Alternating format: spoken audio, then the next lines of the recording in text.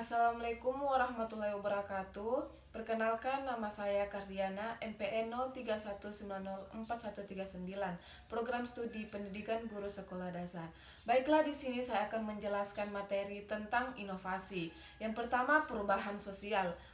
Satu, pengertian perubahan sosial. Perubahan sosial merupakan salah satu kajian sosiologi yang paling dinamis. Hal ini dikarenakan perubahan selalu terjadi dan terkadang tidak bisa dihindari.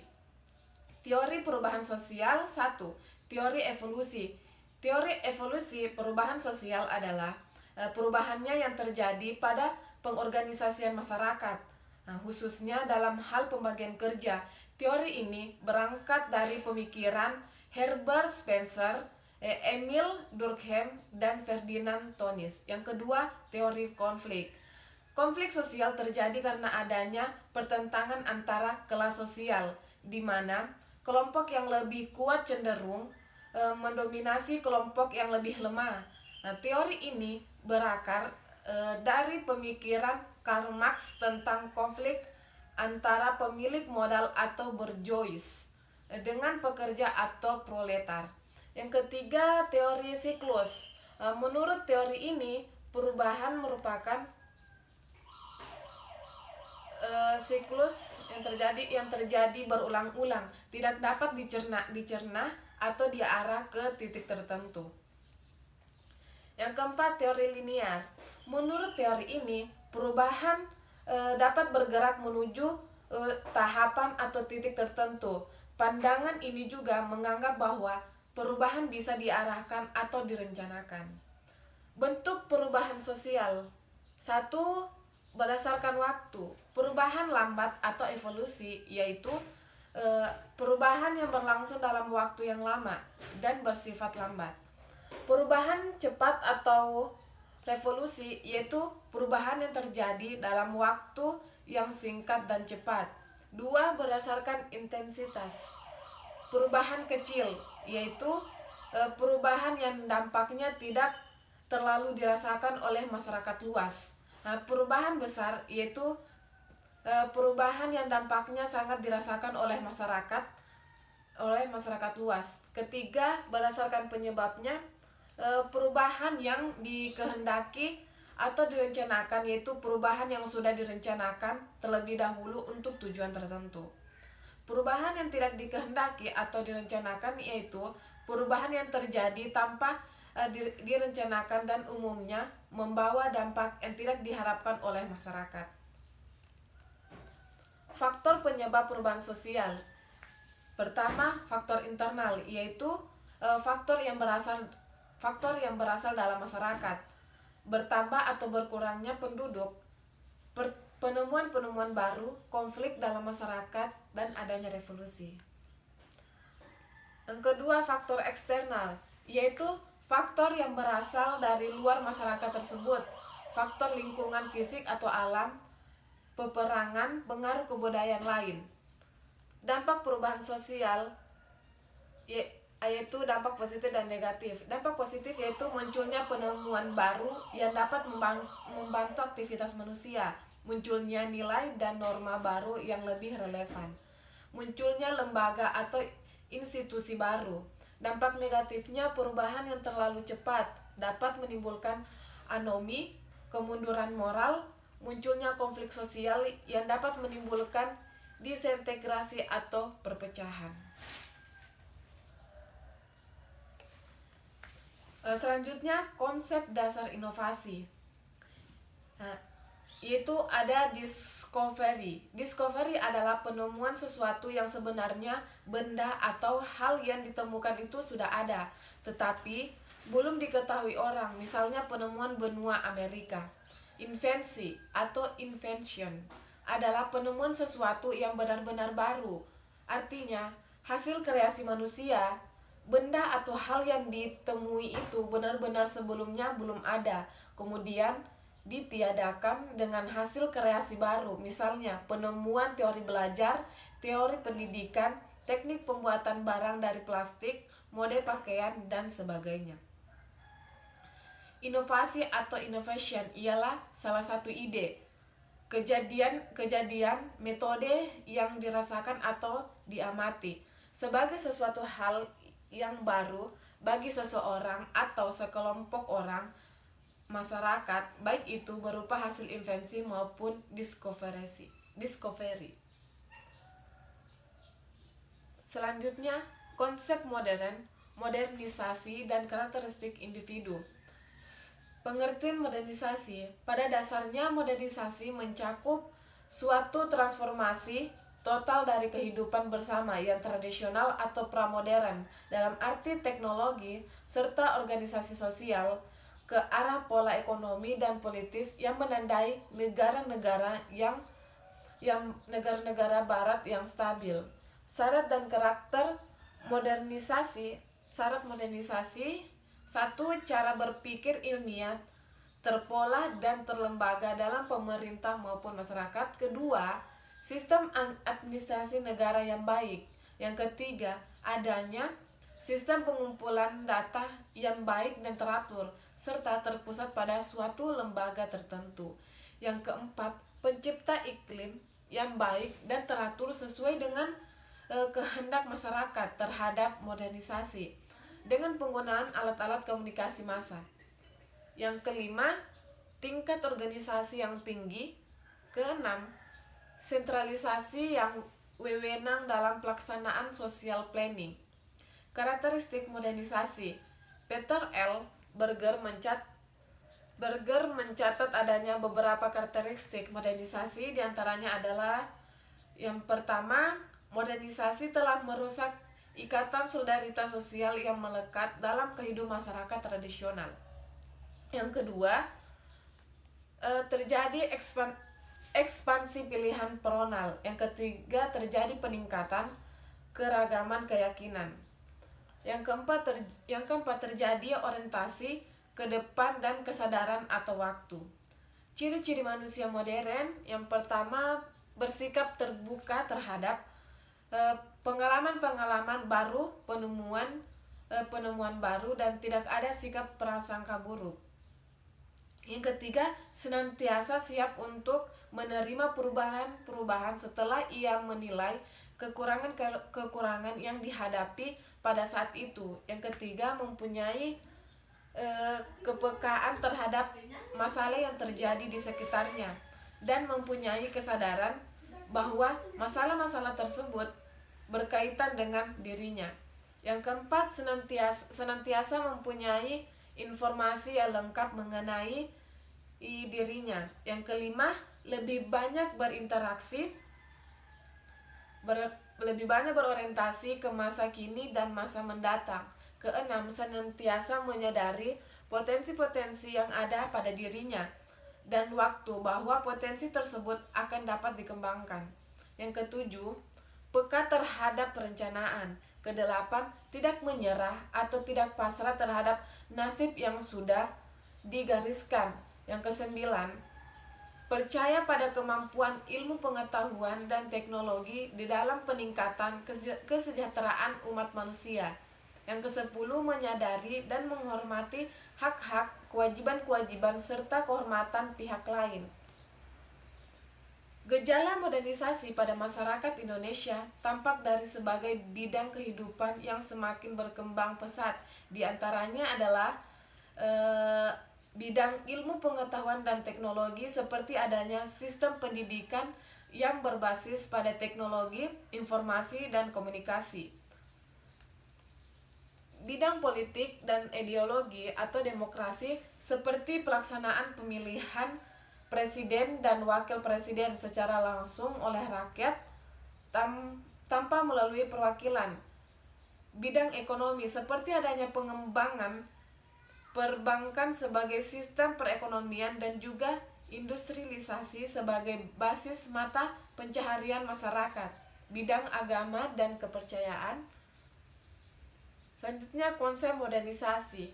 Menurut Piotr Stomka, konsep modernisasi didefinisikan meliputi tiga cara, yaitu historis, relatif, dan analis.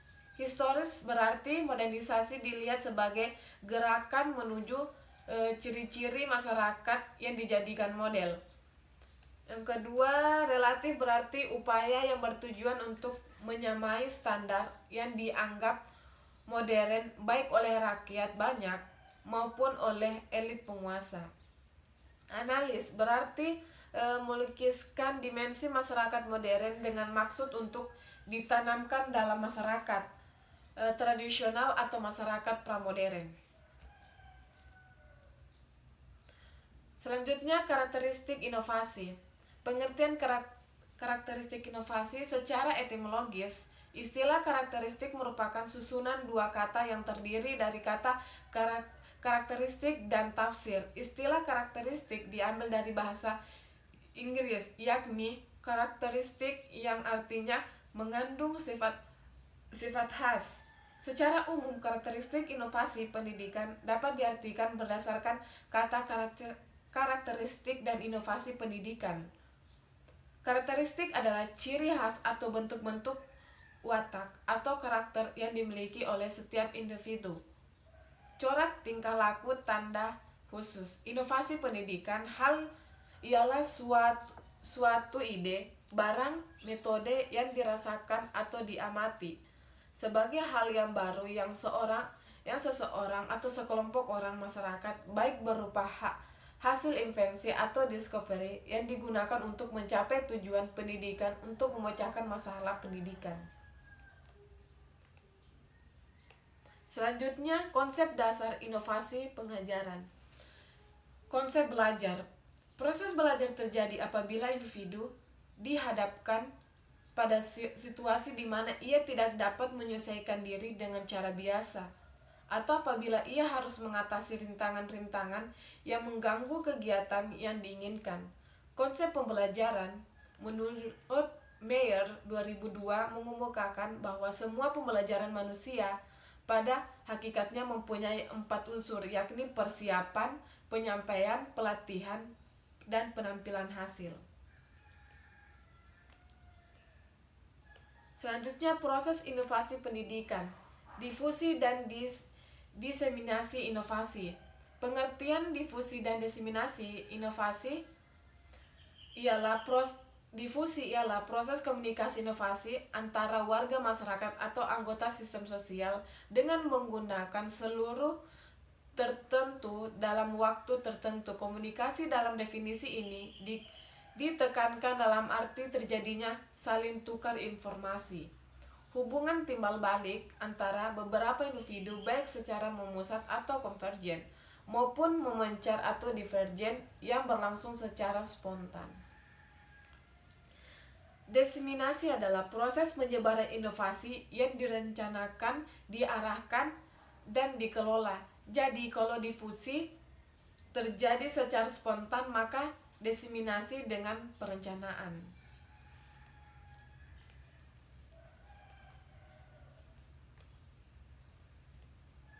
Proses keputusan inovasi. Pengertian proses keputusan inovasi. Proses keputusan inovasi bukan kegiatan yang dapat berlangsung seketika, tapi merupakan serangkaian kegiatan yang berlangsung dalam jangka waktu tertentu, sehingga individu atau organisasi dapat menilai gagasan yang baru itu sebagai bahan pertimbangan untuk selanjutnya yang akan menolak atau menerima inovasi dan menerapkannya. Model proses keputusan inovasi. Menurut Roger, proses keputusan inovasi terdiri dari 5 tahap, yaitu tahap pengetahuan, tahap bujukan, tahap keputusan, tahap implementasi, dan tahap konfirmasi. Selanjutnya, proses keputusan sosial. Tahap pengetahuan atau knowledge.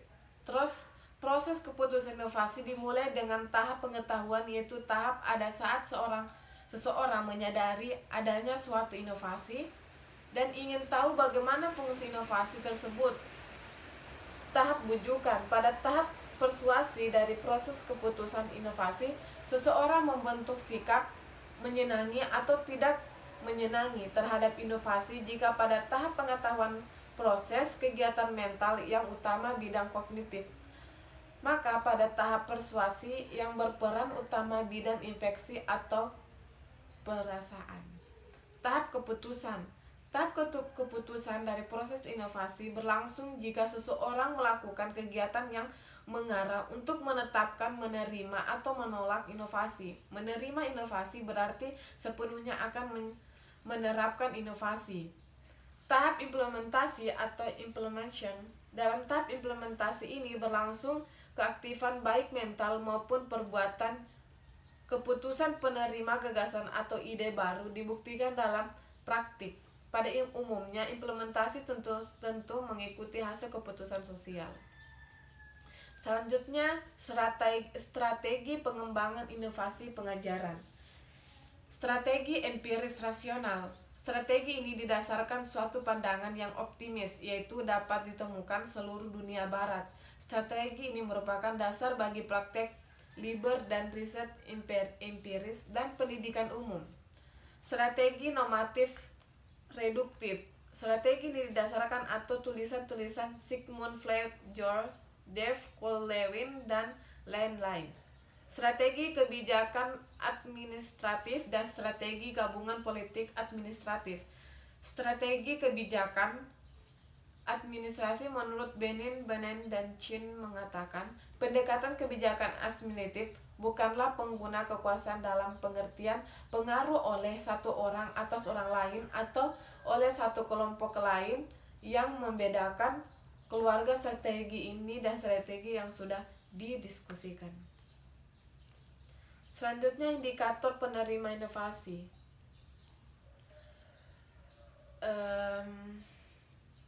Yang pertama, keuntungan relatif, yaitu sejauh mana inovasi dianggap menguntungkan bagi penerimanya.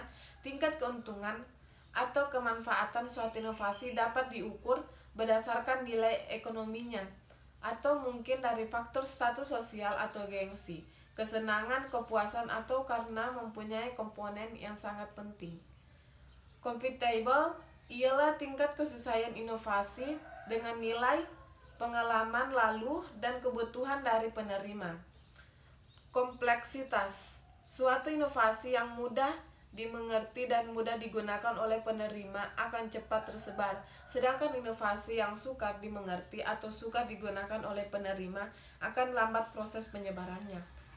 Trialabilitas, suatu inovasi yang dicoba akan cepat diterima oleh masyarakat daripada inovasi yang tidak dapat dicoba lebih dulu. Selanjutnya, hakikat agen pembaharu. Agen pembaharu dalam inovasi pendidikan adalah sekelompok orang yang mempelopori, penggerakan, dan memperluaskan proses perubahan pendidikan untuk mencapai tujuan yang ditetapkan. Guru menjadi faktor utama dalam proses inovasi karena merekalah yang berperan penting dalam menyebarluaskan gagasan perubahan yang terkait dengan kurikulum dan pembelajaran kepada siswa. Langkah strategi dalam meningkatkan peran guru sebagai salah satu agent of change di sekolah. Yang pertama, membangun mentalitas positif setiap guru. Yang kedua, melalui tim inovasi pembelajaran di setiap satuan pendidikan, guru dilibatkan secara aktif, kreatif dalam pengembangan kemampuan profesionalnya. Yang ketiga, membangun kerjasama sebagai teamwork dalam menunjukkan satuan pendidikan melalui 6 konsep. Yang keempat, pengawas sekolah melakukan pembinaan secara intens dan sistematis tentang perkembangan kualitas profesional guru dan meningkatkan kualitas sarana prasarana pembelajaran di sekolah dan meningkatkan kesejahteraan guru. Faktor-faktor yang mempengaruhi keberhasilan agen pembaharu antara lain usaha agen pembaharu, orientasi pada klien sesuai dengan kebutuhan klien, empati homopili, kontak agen perubahan dengan klien yang berstatus lebih rendah, pembantu para profesional, kepercayaan klien terhadap agen pembaharu, profesional semu, pemuka, pendapat dan kemampuan klien untuk menilai inovasi. Selanjutnya, model inovasi pengajaran. Meningkatkan keterlibatan peserta didik. Ketika siswa terdistraksi, ia pun tidak bisa mengulang kembali materi yang terlewat. Dengan inovasi berupa webinar, siswa dapat belajar dari manapun asal terkoneksi dengan internet, siswa juga dapat bebas bertanya tanpa harus merasa malu dengan teman-teman di kelas. Pembelajaran berbasis permainan. Suatu pendekatan di mana siswa belajar melalui permainan atau games disebut dengan game-based learning atau pembelajaran berbasis permainan. Materi belajar disampaikan dalam bentuk permainan sehingga menjadi lebih menarik dan menyenangkan untuk memotivasi siswa. Pembelajaran multimodal. Pembelajaran multimodal dapat membantu siswa dengan menggabungkan tulisan, gambar, gerakan, suara, tindakan, dan lain sebagainya. Selanjutnya, berbagai inovasi pengajaran. Berbagai contoh inovasi yang ada dalam pembelajaran seperti pendekatan atau strategi pembelajaran, media pembelajaran, alat peraga pembelajaran, metode pembelajaran, kurikulum pengelolaan kelas, maupun